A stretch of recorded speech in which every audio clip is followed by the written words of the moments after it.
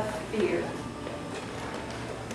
They tell us to trust our gut, and too often we do, by avoiding the environment that compels our gut to speak to us, whether it's the airplane, the reunion, or the stage. In the process, we stunt our potential, rob ourselves of experience, and delude ourselves into believing that the safe choice, the one that doesn't dry our mouths out or give us butterflies, is the right choice. Today, Christian will be delivering a speech from the Better Speaking series on controlling your fear.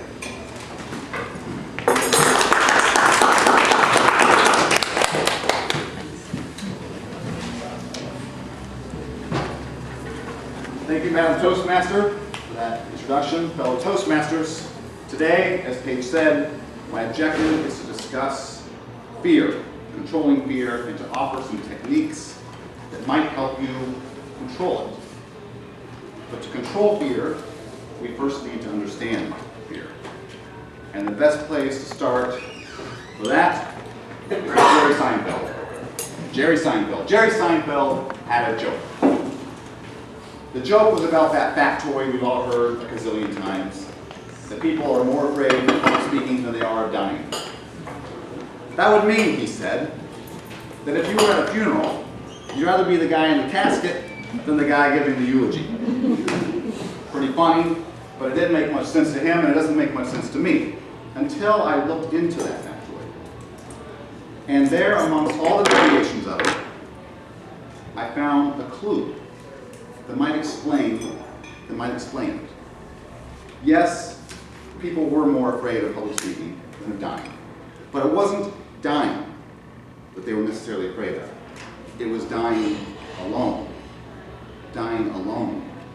Being alone in that most vulnerable hour. Alone is kind of how I'm feeling right now.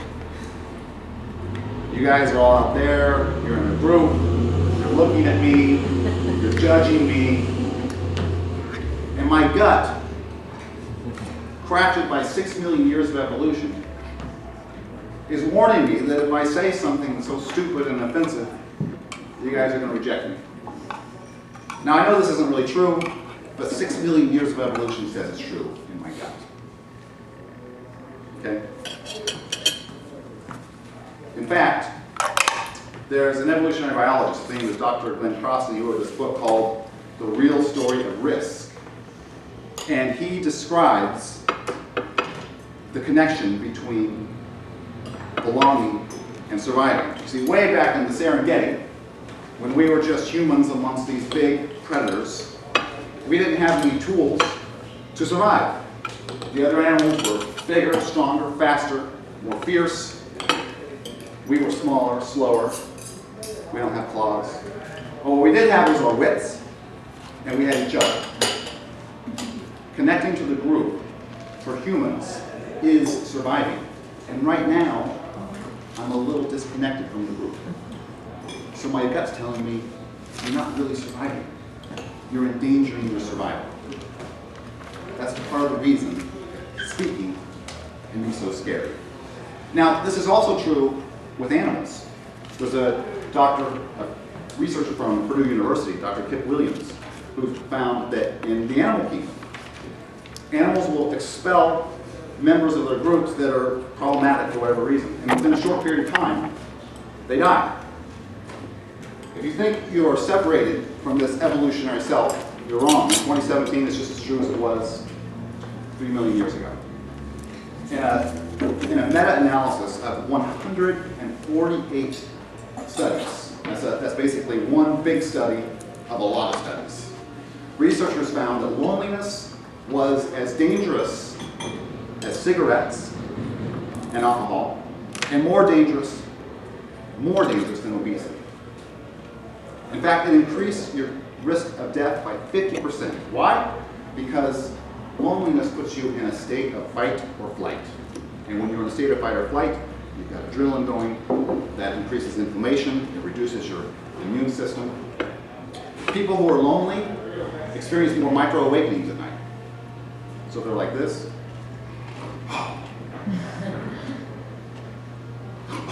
That's your evolutionary self. That's your gut telling you that there's nobody around to protect you in case a predator comes.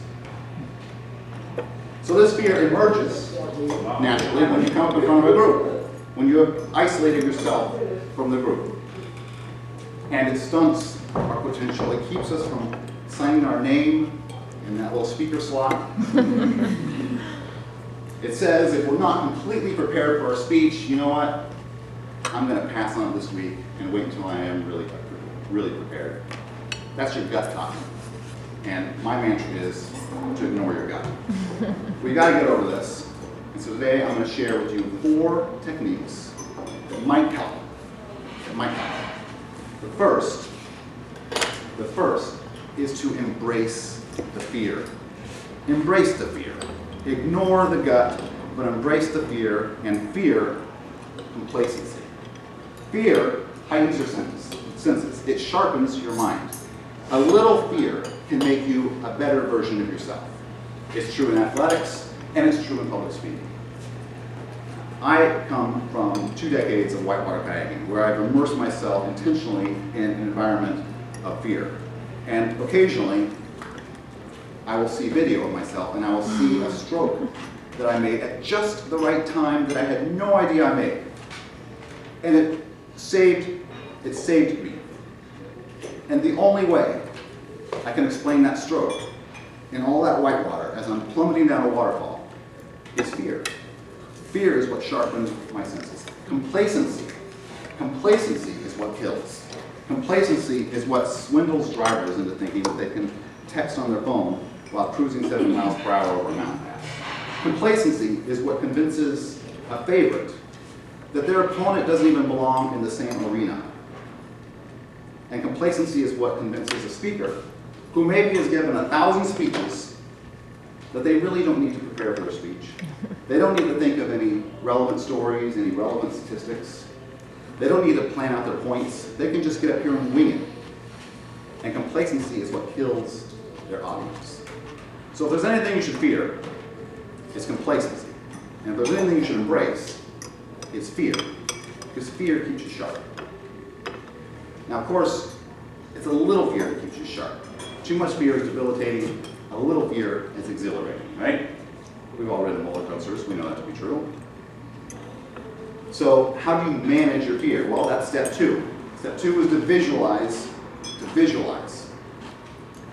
One of my best friends, his name was Theo Berman. And for a time, he was the best kayaker in the world, the most extreme kayaker in the world. He had 5 world records, one of which was to kayak down the tallest waterfall ever kayaked, 100-footer.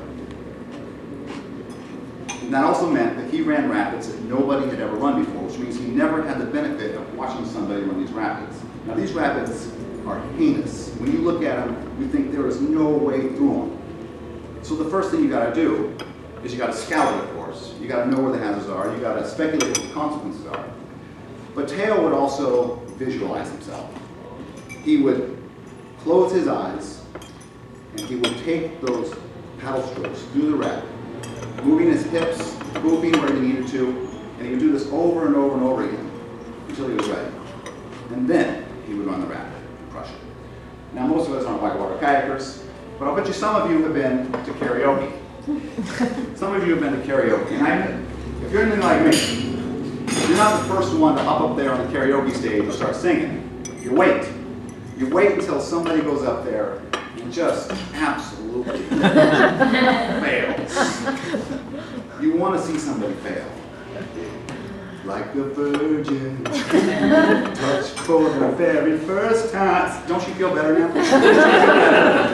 About going up and doing karaoke now? That's because you know what the consequences of failure are. And that's part of visualization. Understanding exactly what the consequences are. Because fear magnifies its consequences without specifically defining what they are. And that is one of the most paralyzing elements of fear. So understand what the consequences are. And you do that by visualization. Okay? The third technique is experience.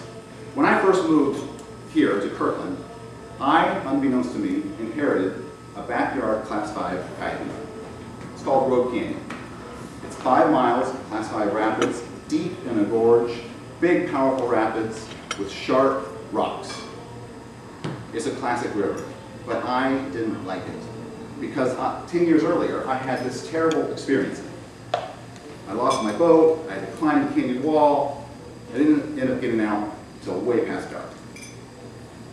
So I wanted to stay away from it. But I realized I was squandering a really valuable asset. A really valuable asset. And so I knew I needed to learn to love this place. And the only way to learn to love it was to actually go in there and do it, no matter how scared I was. So I went in there every weekend, maybe twice a weekend, and paddled it, and paddled it, and paddled it. On some days, I would get out and I would scout each rapid so I understood exactly where the problem spots were, exactly where the good spots were. And over time, I became so comfortable with it that I began competing in races down this river. And eventually, I would go out on solo lunch hour runs, all by myself, just me and the canyon. So I went from avoiding it altogether to going in there all by myself.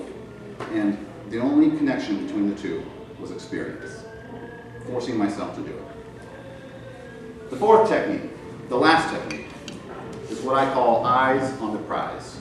You've got to keep your eyes on the prize. In football, they teach you to follow the ball all the way to your hands. Don't look away, don't turn and run before you have that ball in your hands. In baseball, follow that ball all the way to the bat before swinging. And it's the same way in public speaking. Of course, in the public speaking realm, eyes on the prize means eye contact. When I'm avoiding eye contact with you, I'm essentially blind. I'm essentially trying to catch that football with my eyes closed, which I think is why when I'm reading a text, as I did last week in front of the group, I start to get really nervous. Because as I'm reading, I have no idea what you guys are thinking. I have no idea what you're doing. I'm in the dark. But when I make eye contact, when I make genuine eye contact, I'm getting feedback. I'm connecting to the group, which is the opposite of alienation. How many of you guys have ever taken that mind in the eyes test? It's a test that asks you to determine what the emotion is in a picture of a person's face that's propped like this. All you can see is the eyes and brow and the top of the nose. Most Americans get 22 to 30 out of 36 of those right. In a glance. In a glance, which means just by looking at each of you, I can tell whether you're bored, whether you're intrigued, whether you're angry, whether you're about to fall asleep, and that's feedback.